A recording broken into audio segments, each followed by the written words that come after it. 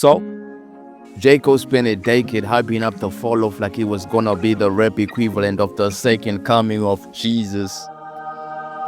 Like he was gonna be the rap equivalent of the second coming of Christ.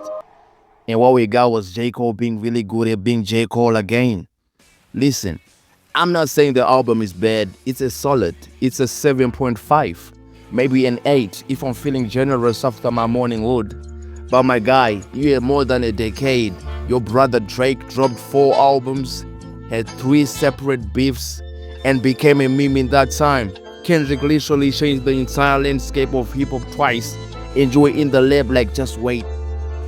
This is gonna be different. And then Cole drops the album and it's like, oh, we're doing thoughtful, introspective, technically proficient rap with impeccable bar structure. The same thing you've been doing since 2014, Forest Hills Drive. Groundbreaking. It's like if a chef told you for 10 years, I'm working on my masterpiece dish. It's gonna change cuisine, and then he serves you a really, really well-made chicken parmesan. Like, yeah, it's delicious. The breading is perfect, but my guy, we've had chicken parm before. The problem is Cole set the expectations at Mount Rushmore album and delivered a very strong addition to an already impressive discography. He promised us he was leaving his comfort zone, and then we got 24 tracks of Cole being more comfortable than ever. Cole was like, this is my magnum opus. And we were expecting experimental beats, wild features, genre branding, production. Instead, we got thoughtful rap voice. Let me tell you about the industry and my internal struggles with very clean 16s. And let's talk about the energy on this thing, or should I say the complete lack thereof.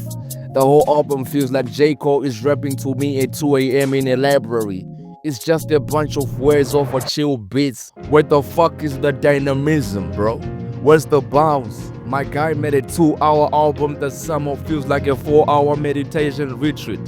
Not a single song moved me, nigga. Not one. I'm sitting there listening like, okay, when does it start hitting? And then I'm on track 11 like, oh, this is the hit. Can we talk about how boring the production is? This is supposed to be your magnum opus, and you're giving us beat selections that sounds like Type Beats Volume 3, nigga. Come on, Cole, you had a decade to find the craziest producers, experiment with sounds, push boundaries. Instead, every beat sounds like it's actively trying not to wake up your roommates. The production is so safe, it probably drives 5 miles under the speed limit and uses 10 signals in a parking lot. We get it, bro. Your plan is sharp, we get it. But please, for the love of God, be creative. It's not just about lyrics anymore. This is in 2010. You can't just rap over mid beats and expect people to call it a classic. And the concept is boring and falls short. 2 hours of my life I'm never getting back. 2 hours. That's like 3 movies. That's an entire NBA game. That's a short flight, and for what? So I can hear Cole tell me about the same internal struggles he's been unpacking since Born Sinner.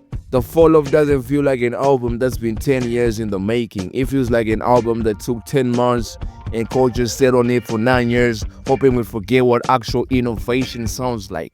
And here's the thing that kills me, the album is genuinely good. So I can understand the Cole stands who are glazing the album, calling it the best of all time. Oh my God, bro, is dick riding all you do? The bars are there, but the best of all time is a reach. The production is solid. If this dropped with no hype, we'd all be like, yeah, Cole still got it. But this man took 10 years to cook and came back with the same recipe, just slightly better seasoning. Like, I love J. Cole, bro. I consider him the undisputed god behind Kendrick. Respectfully, of course. That's just my personal opinion, but this was extremely disappointing.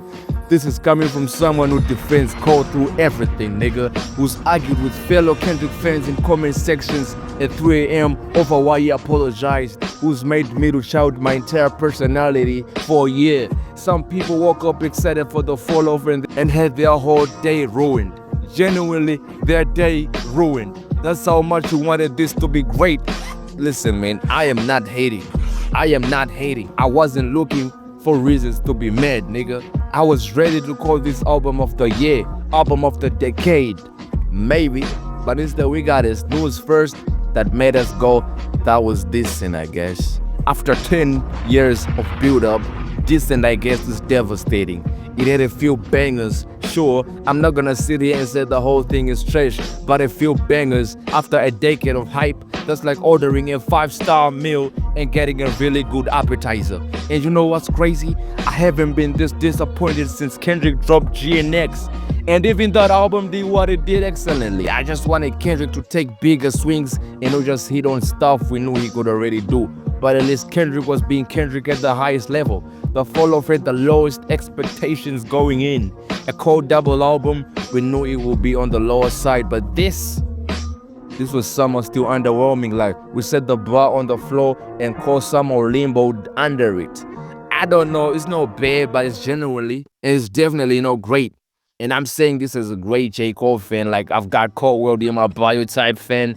This should have been my Super Bowl. But instead, it feels like I showed up to the stadium and they are playing preseason scrimmages. Nothing about this album feels classic. Not the beats, not the hooks, not even the bars. Maybe technically they are. It's just there, existing, taking up space on streaming services. Very underwhelming based off all the hype the past decade this album had. Not bad by any means, but definitely underwhelming for sure. So rest in peace to the fall off, man. The album that was supposed to be J. Cole's greatest achievement and instead became a really good J. Cole album in a catalog full of really good J. Cole albums. Your legacy being the most consistent rapper who somehow made consistency feel disappointing. Man, this album is sad, man. Maybe he really fell off for real. But hey, at least it's better than the big day, so there's that.